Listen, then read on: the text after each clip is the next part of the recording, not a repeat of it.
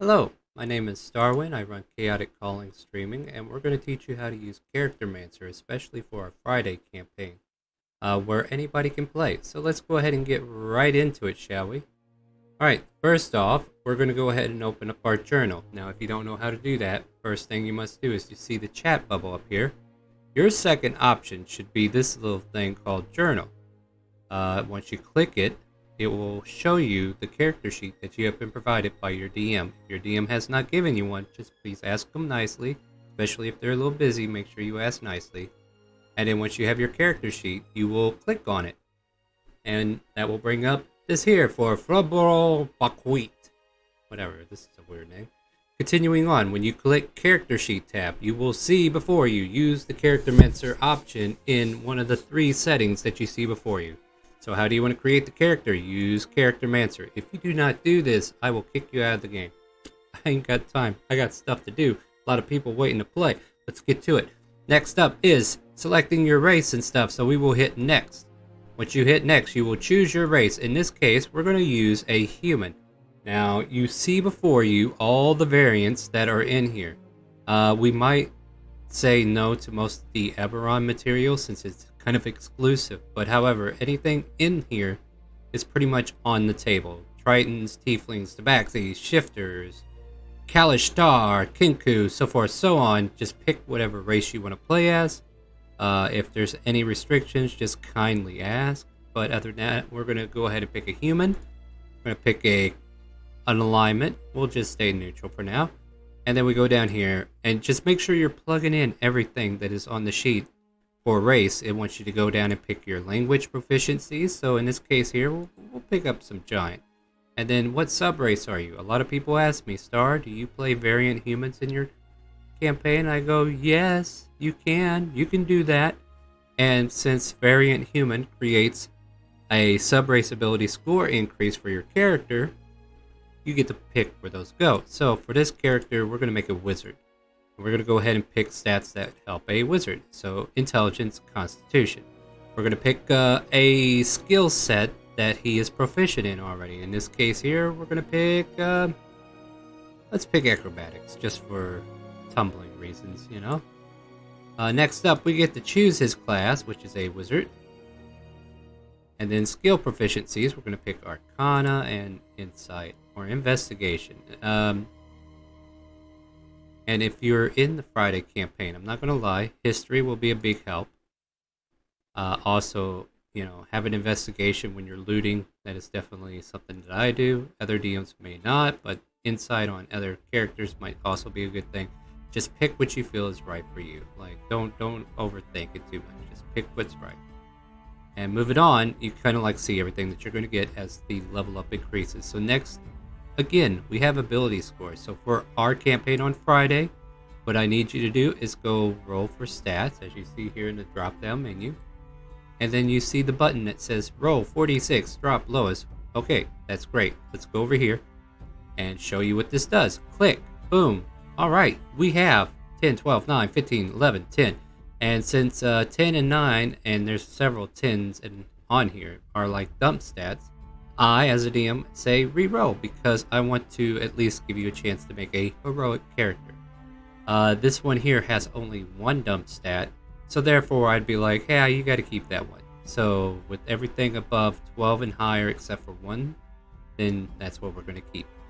If you continue to get dump stat after dump stat, we just let you keep rolling until we get something that works.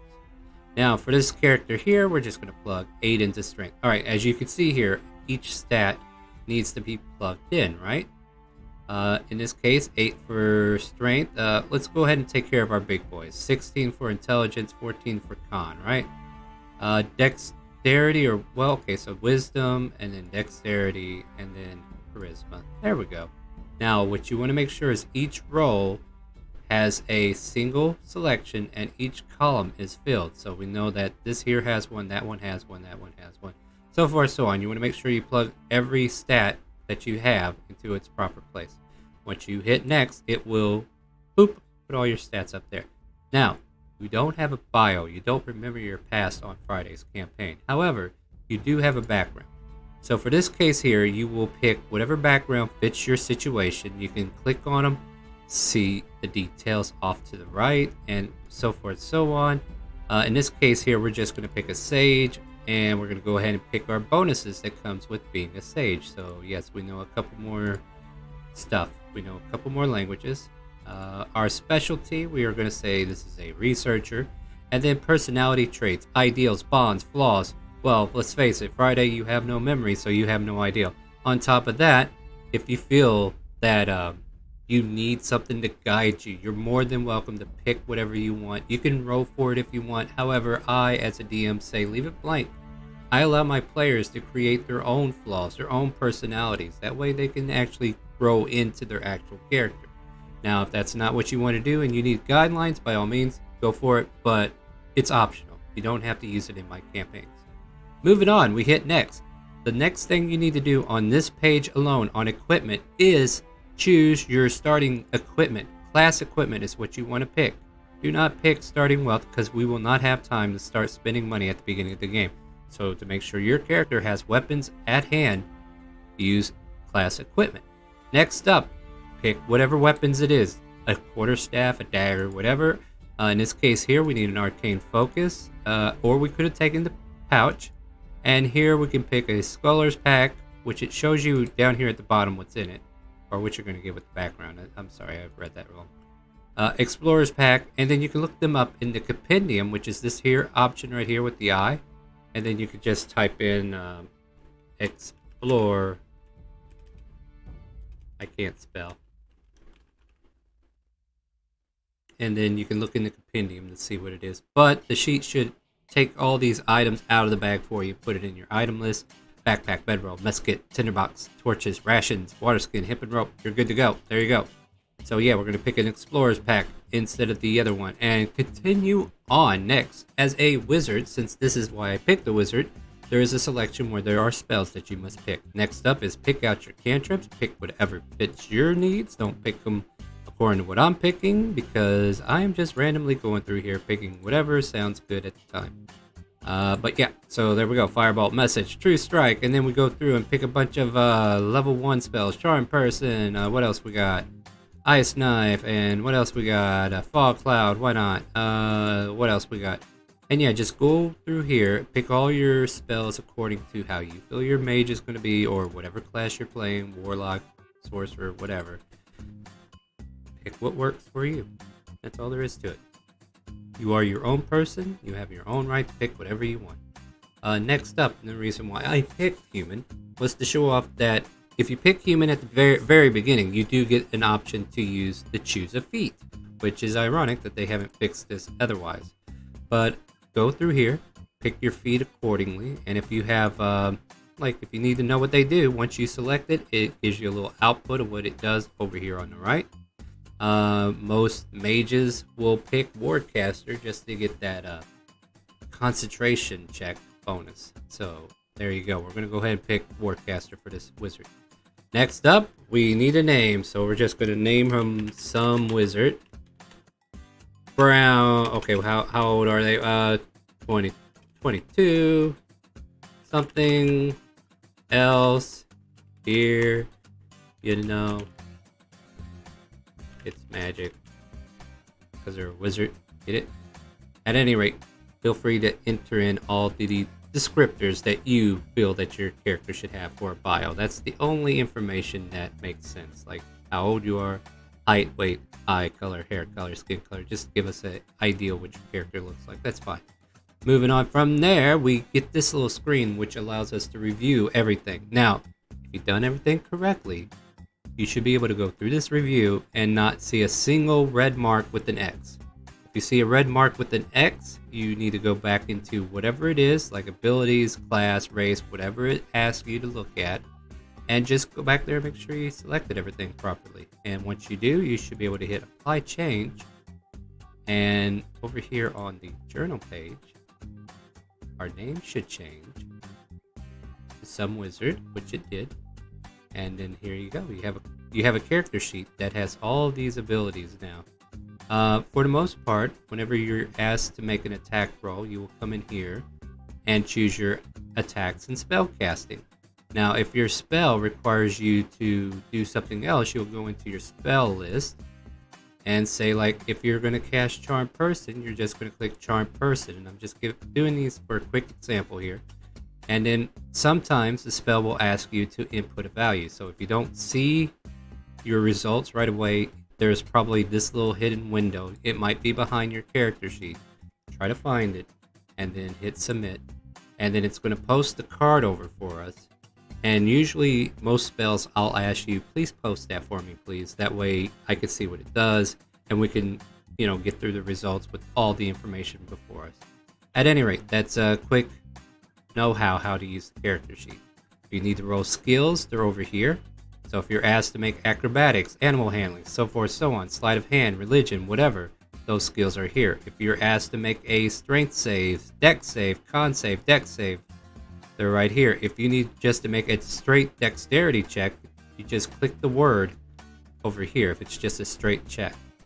Now, if you need to roll for initiative, make sure you select your token whenever you make one. And here's initiative right here.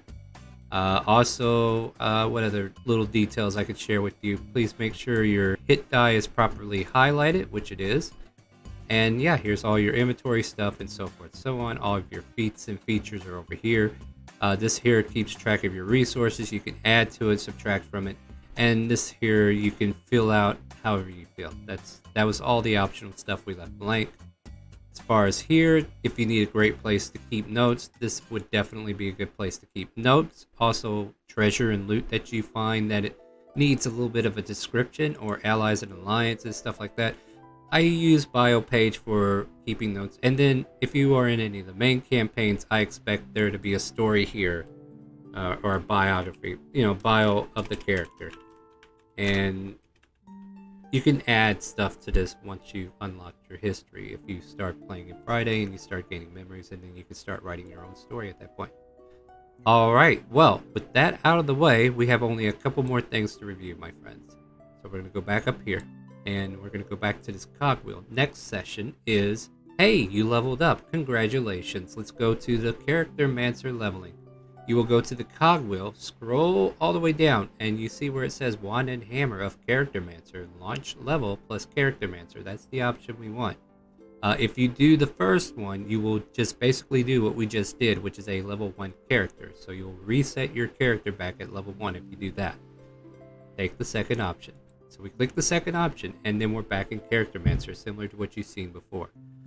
Starting out, we go ahead and hit next. Alright, so keep in mind that if you're leveling up multiple times, we're going to go ahead and say this wizard's going to be a level 4 wizard, right?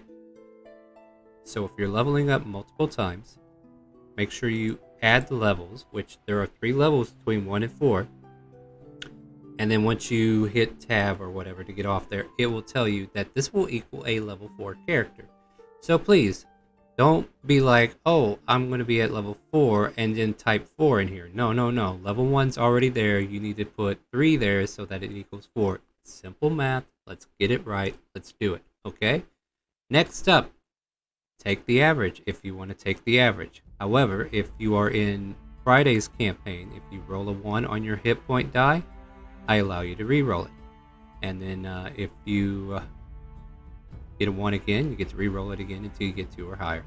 So for this here, let's see, we roll. So for like one of these, we got a 1. So D6, right? So we roll that 1D6. And now we got a 2. So it'd be 4, 6, 7, 8. So it's just basically 1 more hit point. So we'll just bump that up to 8. What a lousy roll, right? At any rate, that would have been the consequence. Otherwise, you could just take average, okay? Average is safe for wizard classes and most others. Alright, Arcane Tradition. For this here, if you are playing in my Friday campaign, I just have to advise you, we do not have summoning classes available, so Conjuration and Necromancy are probably classes or arcane focuses that you want to avoid, unless you plan to invoke them in different ways that doesn't require summoning a creature or creating undead or anything like that. For this character, though, we're going to go with Evocation, okay? So next up, we go in here, and then we learn everything that we're about to get in Evocation. And because this is a level 4 character, which is why I did this, we have the option to pick our stat boost, our ASI, if you would. And in this case here, we're just going to bump our intelligence up a couple. And then from there, we will, like, if you have the ideal that you want to take a feat instead on your level 4, we do allow feats. You will need to go into the compendium, look up the feat that you want, and then you can literally drag and drop it into the thing after you finish Charactermancer. This is something you'll have to do outside of it. I don't know why Wizard or Roll20 has unable to include this feature on a level up like this. I would assume that they're working on it, and until they actually get it up, it's grayed out, and you will have to use the compendium to add your feats at this point. But level 1, you can do it as a human, so that's neat. At any rate, we're going to go ahead and take 2 intelligence, regardless, because that's better for this wizard, I think. Next up, once again, you have spells. You are now able to pick another cantrip, so pick a cantrip, and then go through here. It says you have 6 spells to choose, so choose wisely, because we can go for level 2 now. Maybe make them all level 2. Like, if you're happy with what you got, you can go here and just start getting all your level 2 spells that you need. Or maybe you're like, oh, there is a couple of level 1s I still want to grab, so let me go grab them real quick. Once all of those have been selected, you'll be able to move on to the next stage. Once again, you get a little review sheet. It says this is what it was before leveling, this is what it's going to be after. And then you have all of your, all the little details down here that have been added to the character sheet. You apply changes, and then once the changes have been applied, you are now level 4. Congratulations, you made it this far. One last thing we need to talk about before we move on. So, go back into your journal, open up your character sheet, and up here at the top right where it says edit, you will have this option. Show players won't be an option, but the edit will be there. You will hit edit, and then you will go into here where it says drop a file from your computer or art library. Click upload, and then we're going to come down here quickly, find a picture that looks like something you want. As you can see, there are a lot of tokens from my players who I've helped make tokens for or created for them. I like Ellipse here. We're going to use her token, so go ahead and hit enter on that, and then it uploads a picture for you. Now, you, the player, will not have the token option. That's a DM feature, but just to show you what that does, now that you made me a lovely picture, oh, by the way, if you make it in token format, I will love you forever, especially on Fridays. That makes my job so much easier. But otherwise, if you have a regular avatar picture of something that looks like your character, I will take that picture, make you a token if needed. Otherwise, if it's already in token format, this is what happens. I could just literally drag your character name over. Oh yeah, by the way, grab the name. Don't grab this, grab the name, okay? Follow along, grab the name, drop it on the thing, and there you go, your character's right there. Now, I as a DM will come into this little screen and put a little features on here like add HP, add AC, and that's about the minimum I need for your character for now. It can get more detail on the main campaigns, like dynamic lighting features that we need to add, but for now, we're just going to do this. So we got your hit points in the middle, your AC on the right, and you should be able to edit your hit points directly at that point. And I, as a DM, will use selected token, and then every time we pull your character over with the updated token information, you will not have to re-enter all that stuff. All your stuff will be updated accordingly and correctly. And I believe that finishes our tutorial on how the Charactermancer works, how to get you a level 4 character at the very least, show you the ins and outs and everything else. If you have any further questions, concerns, or what have you, leave a message down there at the bottom of the YouTube comments. I'll be sure to read them. Or talk to me in game. If you're in my Friday campaign, I hope you have a lot of fun today, and I hope this video was very helpful. Thank you for watching, and do you hear the calling? The chaotic calling. See ya.